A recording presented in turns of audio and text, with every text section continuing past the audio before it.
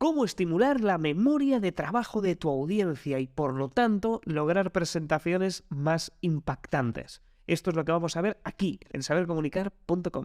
Empezamos. Lo primero que nos tenemos que preguntar es quién es nuestra audiencia en realidad. Y este tema lo podemos abordar desde la perspectiva, atención, del procesamiento humano de la información. No te preocupes porque esto lo vamos a ver a lo largo de toda la clase y vas a entender cómo de vital es entender la forma en la que el alumno o la persona que te escucha va a procesar todo lo que le dices. Lo más importante es entender a ese alumno, a ese aprendiz, como un ser capaz de recibir, procesar, enriquecer y almacenar activamente esas palabras que tú le dices. Porque es vital entender que el buen orador va, por supuesto, más allá de saber expresarse sin muletillas o sin nervios frente a un público. No solamente la cabra comiendo césped o el movimiento de las manos, no. El buen orador es aquel capaz de estimular la memoria de la audiencia y lograr que toda la información expuesta tenga un impacto a lo largo de la vida de los receptores. Y en esta clase te voy a explicar paso a paso cómo estimular la memoria de tu audiencia para que lo puedas aplicar nada más termines este vídeo. Desde este punto de vista, nuestro interés se va a centrar en la activación y perfeccionamiento, atención, de la memoria de trabajo, que es como un almacén activo que permite al ser humano cotejar la información con conocimientos ya almacenados en nuestra memoria de largo plazo, ese almacén permanente. Vamos a hacer una pequeña comparativa que todo el mundo entiende. Vamos a compararlo con un ordenador. En un ordenador tenemos esa memoria de trabajo que sería esa memoria RAM que está activa mientras vamos trabajando y la información se procesa. Y la memoria de largo plazo es ese disco duro donde se encuentran almacenados esos datos y archivos que no consumimos de forma diaria, sino que ahí están. De hecho, lo vas a poder entender mejor con este diagrama que es muy sencillo de ver. Como ves en el diagrama, tenemos un estímulo y ese estímulo activa la memoria sensorial y la memoria sensorial deriva en la memoria de corto plazo. Esa memoria de corto plazo deriva en la memoria de trabajo y si hacemos muy bien nuestra actuación y nuestra planificación, conseguiremos que esto que les transmitimos se guarde en la memoria de largo plazo. Ahí es a donde vamos. Uno de los modelos de arquitectura del pensamiento más sencillo y fácil de concebir es el que indica qué estímulo impacta la memoria sensorial. Y vamos por sentidos.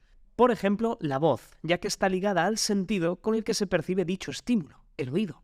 En este caso, la memoria que almacena los sonidos. Este se trata de un almacén sumamente débil, que solo permitirá el paso a etapas superiores cuando el estímulo sea suficientemente importante para el receptor. Y aquí atención porque esto te impacta. Esto quiere decir que si en tus presentaciones estás utilizando el mismo tono de voz desde el inicio hasta el final, vas a garantizar que tu audiencia pierda el interés a los 2 minutos y medio, más o menos. Esto es muy poco tiempo. Y una forma eficaz de estimular esa memoria sensorial es generar variaciones en la voz, pero no solo subir o bajar el volumen, sino crear sonidos que sean capaces de impactar la memoria de nuestra audiencia. Y por supuesto dependerá de la edad y el tipo de audiencia. Pero cada vez que metamos un sonido tipo bien aplicado, tipo el otro día estaba comiendo, de esto que masticas y te cuesta tragar. Y eres capaz de narrarlo de esta forma, el estímulo va a calar todavía más en la audiencia. Por ello existen diferentes formas de comunicar. Tenemos la forma de comunicar agradable, una que ofrezca una sensación de calidez, una calidez natural, que muestre tu verdadera personalidad y toda tu sinceridad. Luego tienes una forma de comunicar dinámica, que da la impresión de fuerza y confianza incluso cuando no sea muy alta.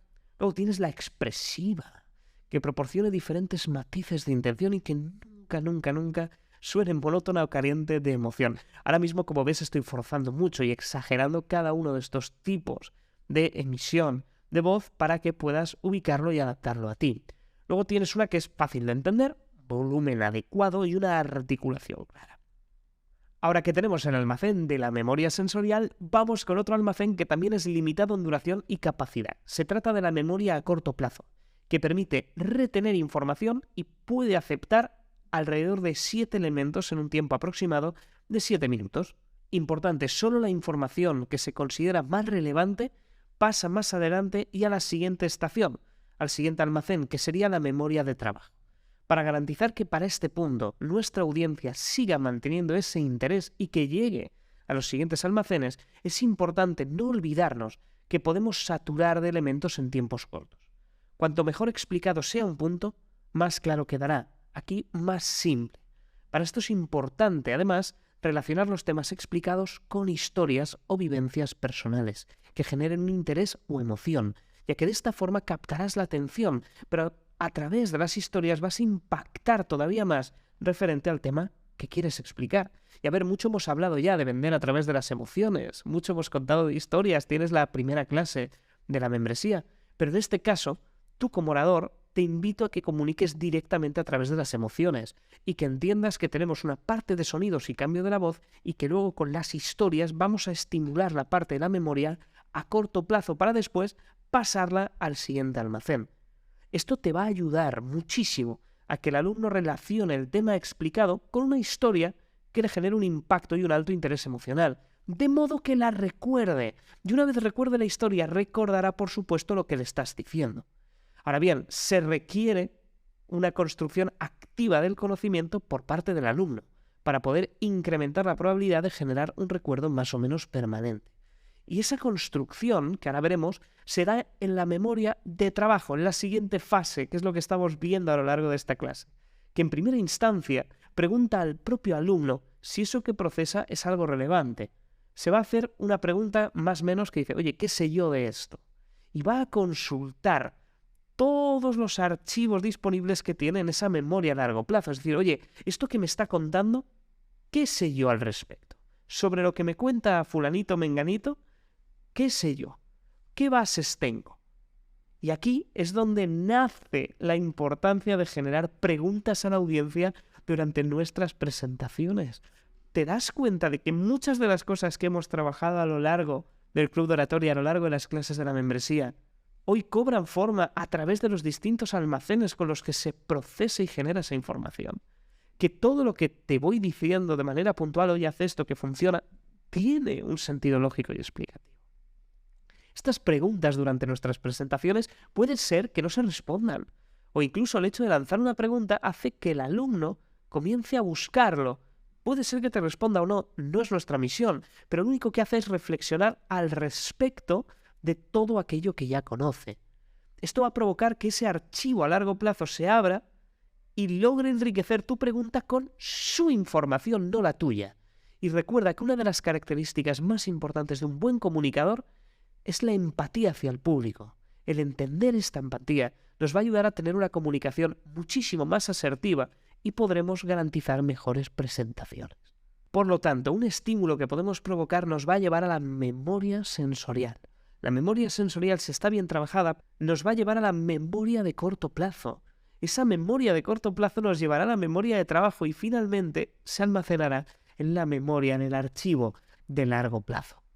¿Cómo lo podemos hacer? Como hemos visto, acuérdate de variar la voz e introducir sonidos. Acuérdate de contar historias para que la persona se emocione y lo recuerde. Y acuérdate de meter preguntas. Y sobre todo, la forma en la que tienes que ver todo esto es cómo lo vas a diseñar desde el primer momento hasta el final. Desde la primera palabra que sale de tu boca en el escenario hasta el cierre. ¿Sabes ya cómo vas a provocarle estímulos? ¿Sabes ya cómo vas a estimular su memoria sensorial? ¿Sabes ya qué tipo de preguntas le vas a hacer? Y podrías llegar incluso a determinar qué crees que esta persona sabe y que va a buscar en ese archivo a largo plazo. Esto es vital de cara al análisis de audiencias. Esto es algo que aplico yo. Cada vez que me encuentro frente a un público digo, muy bien, voy a hacer este tipo de preguntas. ¿Por qué? Porque quiero que recuerden de su archivo a largo plazo. ¿Y qué respuestas creo que vamos a obtener de ahí? Porque con eso podemos jugar.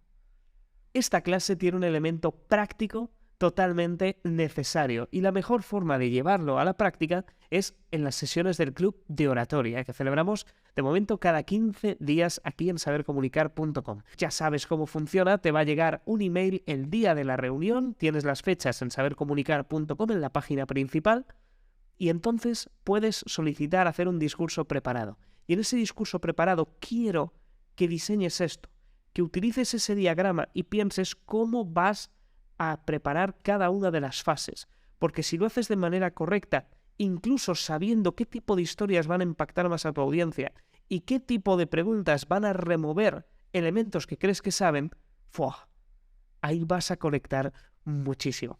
Ha sido un placer estar contigo de nuevo una semana más. Soy Fernando Miralles y nos vemos en la clase número 35.